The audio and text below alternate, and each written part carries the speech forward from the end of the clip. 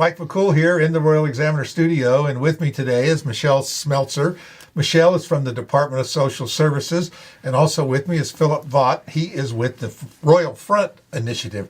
You kind of mixed the words up there on me. Yeah. Play on words, Play for on sure. words. So today we're here to talk about the thermal shelter and some of the activities going on and surrounding the thermal shelter, and of course the Department of Social Services. But primarily we're going to focus on the thermal shelter. There's a couple activities you have coming up first. We want to talk about them first. Okay, for the thermal shelter, we have just a fundraiser or just an awareness event that's coming up on the 21st, which is a Friday night of October. And it's called One Night Without a Home. And we're asking people to bring tents or sleep in their cars for one night. We're going to provide a light dinner. It's kind of say this is how the thermal shelter. This is how people live on the street. Right. And over the last few days, it's been pretty chilly and wet and cold. And so anyway, we're doing that at Marlow Heights Baptist Church on Manassas. And this is an awareness event. Yeah, it's more of an awareness event. Yeah. So we'd love for you. Mike is going to have it on his website. He's going to put it out all the details on it. But this is the flyer, and you can sign up and help us bring awareness. What we're trying to do is raise some funds for the Wilt Thermal Shelter. Yeah. So today's discussion is really going to be evolved around awareness of the thermal shelter and how you can support it. Right. All right. Exactly. So what's your second one? My second one has to do with the Department of Social Services. We're having our second annual Jack-o'-lantern Jubilee. And it's Thursday, October 27th. It's up at the 15th Street track. It'll be down on the track. We did it last year. It was a huge success. And we're doing it again this year. It's from 6 to 8 p.m. And we ask everyone to come, dress up, have the kids dress up. There'll be lots of candy, a lot of fun things to do, not too much information, more fun. So why not? That's wrong with a little fun. We're just going to have fun. We have a lot of people, a lot of businesses and other nonprofits will be there with tables and candy. So you can't go wrong with that mixture. We have a bouncy house or a train. It's something like inflatable train. Okay. We'll have inflatables. We're going to have an inflatable race. Mm-hmm. So like the dinosaurs and stuff. You had a good time last year. Yeah, so it was a lot of fun. A lot of fun. All right, so let's get back on the thermal shelter, which is all about the thermal shelter. But let's talk about what are we going to do this year? So this year we're still we probably are going to open on December 17th. Mm-hmm. We are set to open on December 17th at New Hope Bible Church, and we will be there through the end of December. And then on January 1st, if not sooner, but January 1st, we are moving into a new building that we've never been in before, which is on Laurel and Pine. And I'll let Philip talk about that a little bit, but Philip owns the building. Yeah, so 326 Laurel Street, historically known as the Pride of Warren Building. It was built in 1948. And was really a community anchor point for the African American community. It was known as the Pride of Warren.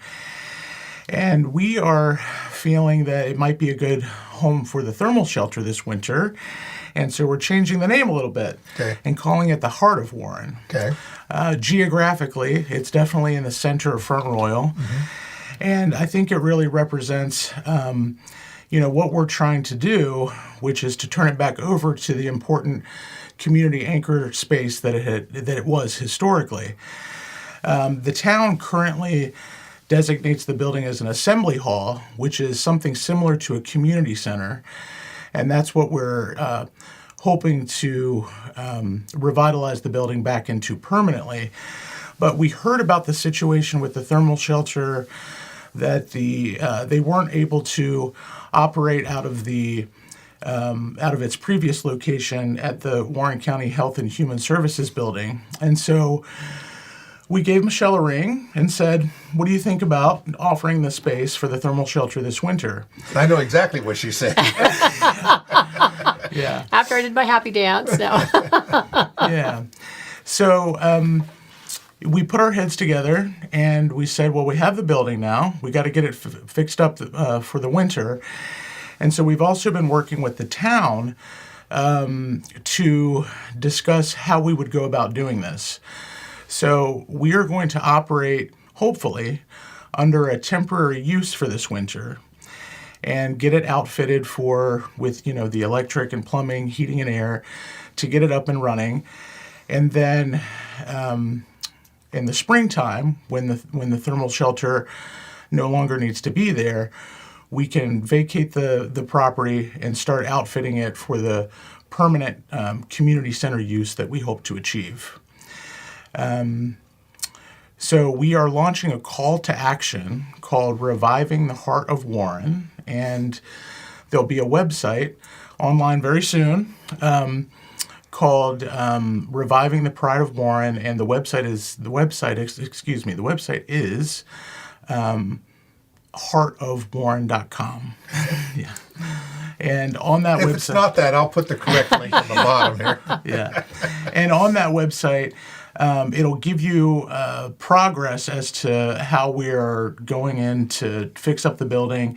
It'll allow you to donate directly to the thermal shelter in conjunction with the Warren Coalition. And then it will allow the community to provide input on the history of the building. The more I learn about the building, the more fascinated I become. It operated as a fraternal Elks Lodge for many years.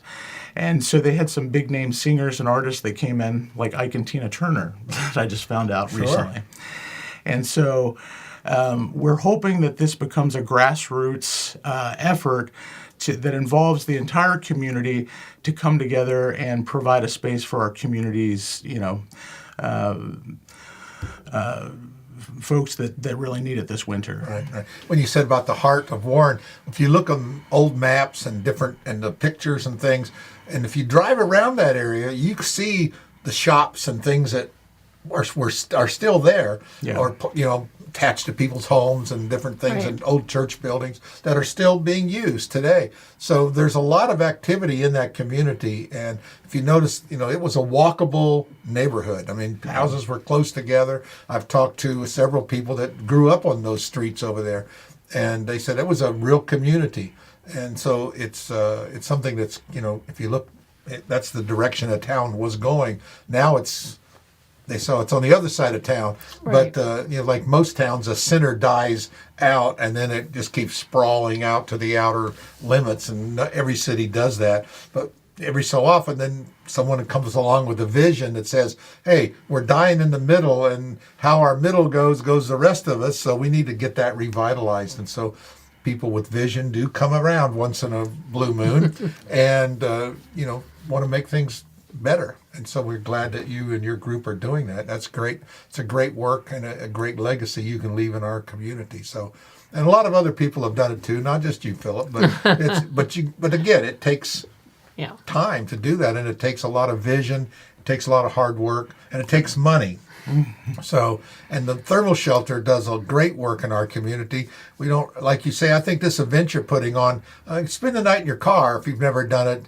And without turning the engine on, because you can't afford the gas to run it, or you don't have any gas in the tank, and see how that feels. I think that's a great thing to do. And again, just the activities and getting together and sharing a meal and getting common bonding together will be a great event. I hope it'll be a great fundraising event for you too, because thermal shelter needs a lot of money. Yes, we do. We need money to operate. You got it. It's and it just doesn't count what people donate. I mean, you've got meals and you've got people that volunteer. I mean, if you had to pay for all that, it would be like 10 times what you run. She runs this thing on a Band-Aid. Let me tell you. Right. So, we have a very small budget, but most of our money goes to pay our employees.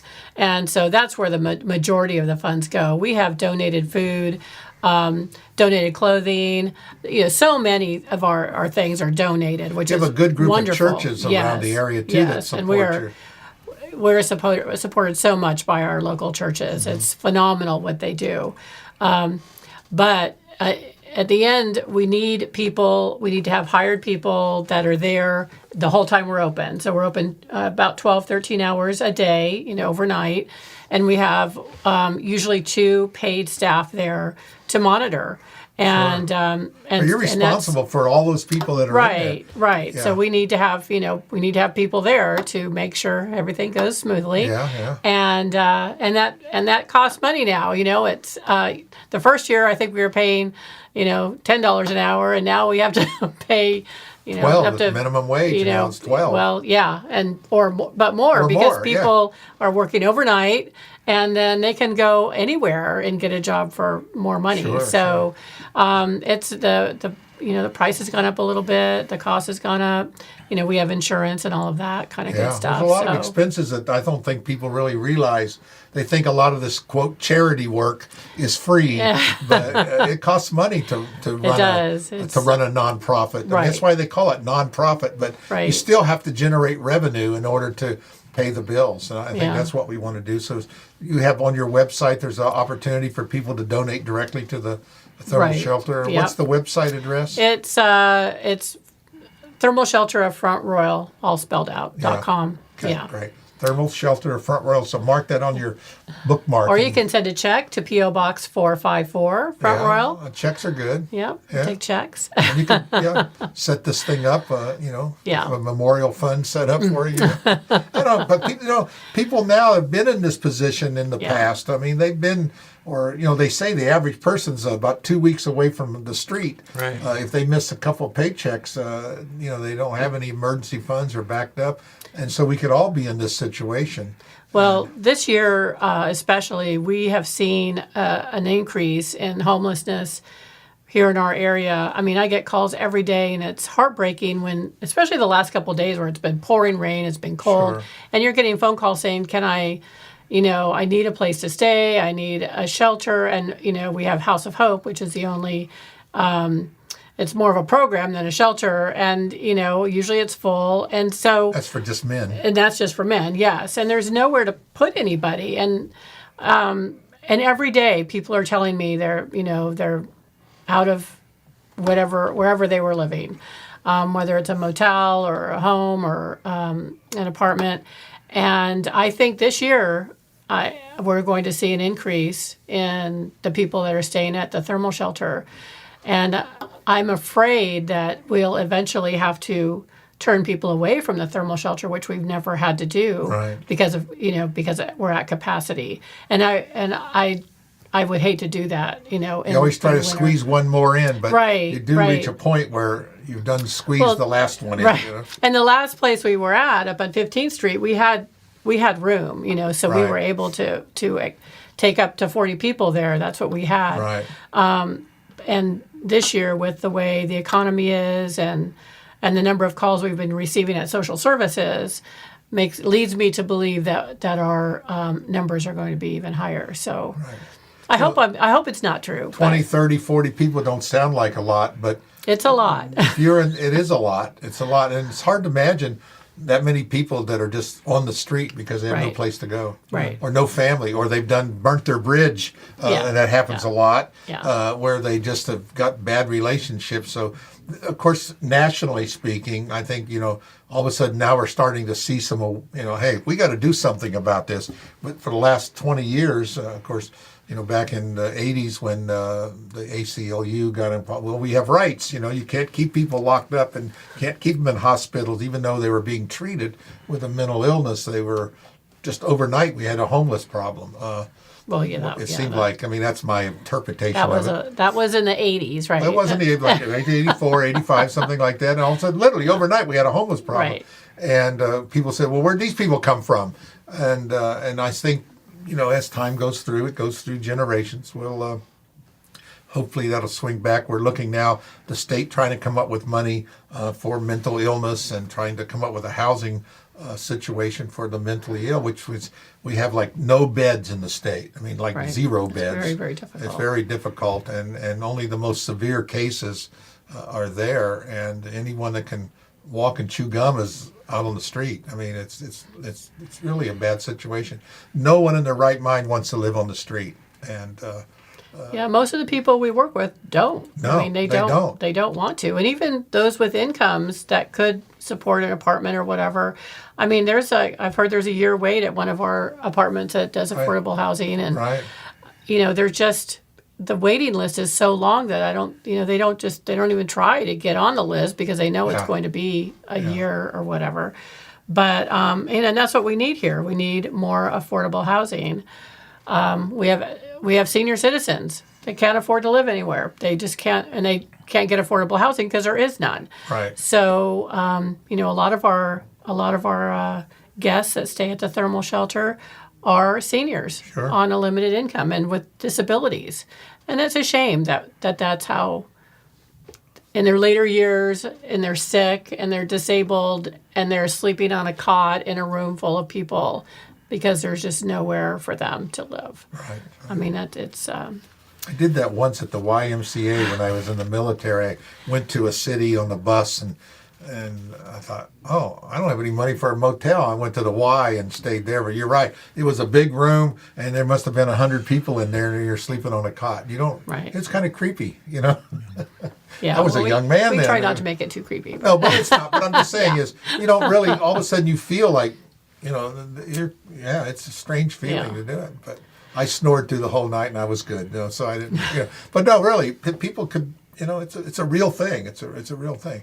So we just need to open our checkbooks, or we can put it on that monthly credit card every month and pay for it later. But anyway, the Thermal Shelter does a lot of great work. People like you coming on with these visions and your group, and I'm sure you have more things planned, and we'll talk about that in the future. Yes, in another interview. But I wanted to mention when you were talking about opening your checkbook, there's other ways for people to contribute. We really want this process to be a community endeavor where we're doing this together. And so there's more ways to donate than just with money. You can donate your time, your talent, your product, or your service. And I think that this is a great opportunity for Front Royal to come together, as it has many times in the past, to provide for those that are part of our community that can't provide for themselves right now. Right. This is not a have and have not situation. As we've talked about, homelessness takes various forms. Right. And there, but by the grace of God, go we. Exactly. And so this call to action, when I was growing up in Front Royal, we did this with Fantasyland, where we said, hey, we've got a piece of land. You guys want a playground like they have over in Winchester? Go build it. Right. And we did just that, hammer and nails. And we came together as a community and we named it and we built a playground. And I'm really thinking that this can be something similar, where this building is in remarkably good shape. It has sat vacant for about 20 years. The previous owners did a great job of maintaining the building. They didn't do anything to improve it, but they did maintain it. And so we really have a blank canvas here that we can use to provide for a number of needs for our community. We don't have an active community center right now. And, this year we're not going to have one immediately, but eventually we hope to get there. Our vision is to provide a permanent emergency housing component for the thermal shelter. But we really want to be able to have events, and just last week we did a paint and sip for the thermal shelter. Mm-hmm. We did a huge success. Yeah, yes. We did that recently, and we did one with for St. Luke's, and we've done at our the new coffee shop called Mannerline's Back 40. We've done free yoga and that sort of thing, and I'm thinking that eventually that the Heart of Warren could be a venue where we do those sorts of events as well. Sure. And I think that particularly with that neighborhood, there's been an uptick in the interest in that neighborhood. I think that Main Street has been a success story for the town over the course of the last decade. We really have done a good job of revitalizing that corridor, and this neighborhood is just a few blocks away. Right. Historically, the entrance corridor to the national park is known as Southtown, and so if we can focus on revitalizing that corridor, and then you already have Main Street, which is revitalized, what happens to the sandwich in between? Sure. And as you said, these, if you look at a map and on this website, you will see the centrality of the building and how I think the architects of Front Royal back in the day really were onto something in terms of the value of this neighborhood and how important it was. And so we really want to hone in on the name Heart of Warren, because I think it speaks to the geographic importance, but also reviving the Heart of Warren can be more than just that building. It can be reviving the Heart of Warren in the sense of that neighborhood and that community as a whole. So more ways to donate than just opening your checkbook was my original point. So what we're saying is, if you're a contractor, HVAC, Yes. plumber, electrician, painter, those can all be used, and you don't need to do the whole project. You can just come for a day and bring your crew for a day and see what you can do, right? Yeah, and beyond that, then we can start talking about, preparing meals. I know we've really had a lot of success with local churches providing meals, but I want to be able to open this up to the broader community. I think that Front Royal has always been big-hearted, and we've never, given the opportunity to help, we've never failed to answer that call. And I think that this is a great framework to do that. Mm-hmm. And so it doesn't have to be, just with contractors and that sort of thing, donating a meal or donating, time. The list goes on and on. And so that hopefully we'll have on that website a clear and easy way to at least put your name and phone number, contact information to start, getting involved with the call to action. Sure. Right. I mean, some days just come down on a Saturday and sweep the floor. That's right. That's right. Yeah, we're going to have a community cleanup day. I mean, Philip has done a lot with the building already as far as getting it cleaned out. Sure. But it still needs to be, clean. It's like the work that's been done on the Chio Gardens. I mean, that was a community garden, and people show up and they do all sorts of things. There's always something for people to do, and that brings our community together with that. And of course, they've donated food and around to the community. It's been a great success as well. Again, people spearhead that. You're spearheading this in your group, and I think it's a great work, and I think it will come together. Once people see a little action happening, they'll jump on board, because people want to associate with winners, and so we can. The thing is, just keep calling attention to it, and that's what we'll do here. We'll help you what we can at the Royal Examiner and keeping these focused. So as we periodically do things, we'll get some pictures or some videos, and we'll just keep pushing it to the community. Because, people say, I didn't know that was happening, and they can read, for a month, and next thing, and you could put it in there every day, but they just don't look. Exactly. And the website, The Heart of Warren, is going to be exactly that. We want it to be a collaboration where this thing is a work in progress, not just the building, but, this endeavor. And I think as a community, we're a work in progress. And there have been times and a lot of times where we've come together and really shined as, being able to provide when we need to. And I think that we'll do that again. So if you have old photos of the Pride of Warren building, as it was called then, or you have neighborhood photos, or you have, just anything that you want to share with us, there'll be a link on that website to upload so that you can, great. Participate. That'd be good. Well, as anytime there's a natural disaster, as Americans, we come, we're helping, we give blood, we send our money, we go there and clean up the hurricanes that's going on now. Right. And it's amazing, and this will be no different. I think once people see and know about the need, there'll be people that'll come out of the woodwork. Absolutely. And we always do. I mean, Front Royal is a place where you say that there's a need and people will, line up around the block. And I think that, we've always been big-hearted, and this is a great time to get this done. There is an urgency with this, It's already cold, and that's kind of... Michelle likes to open as soon as she can. Yeah.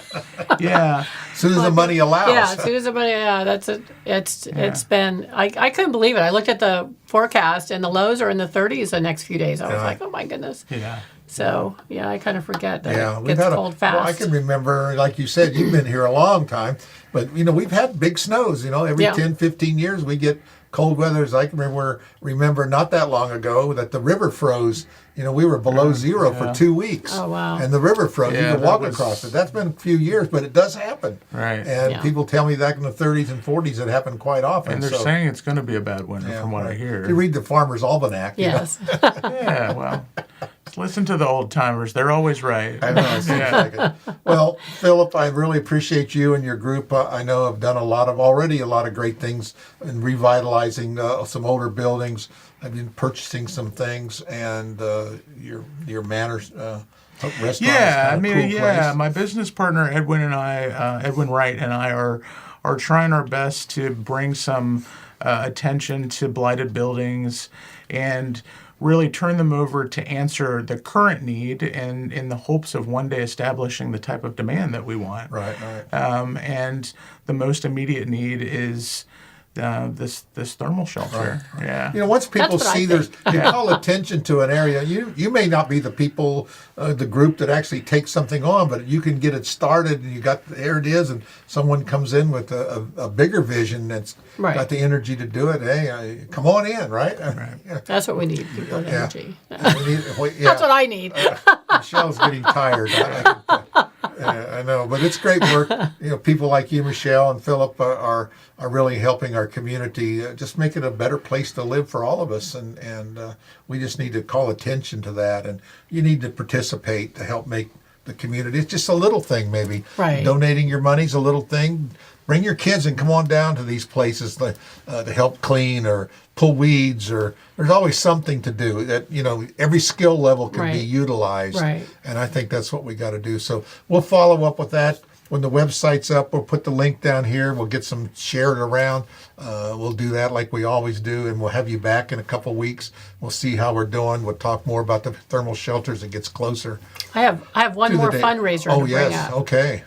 I almost forgot because we haven't started it yet. But the communitarians, and a lot of people don't know who the communitarians No, are. I've never heard that. You've never heard about the communitarians? great. They're so fantastic. they're a group of younger than me people, That's the rest of the city. and they go out and they do service projects, a lot of service projects for people, like they'll build ramps or Sure. whatever.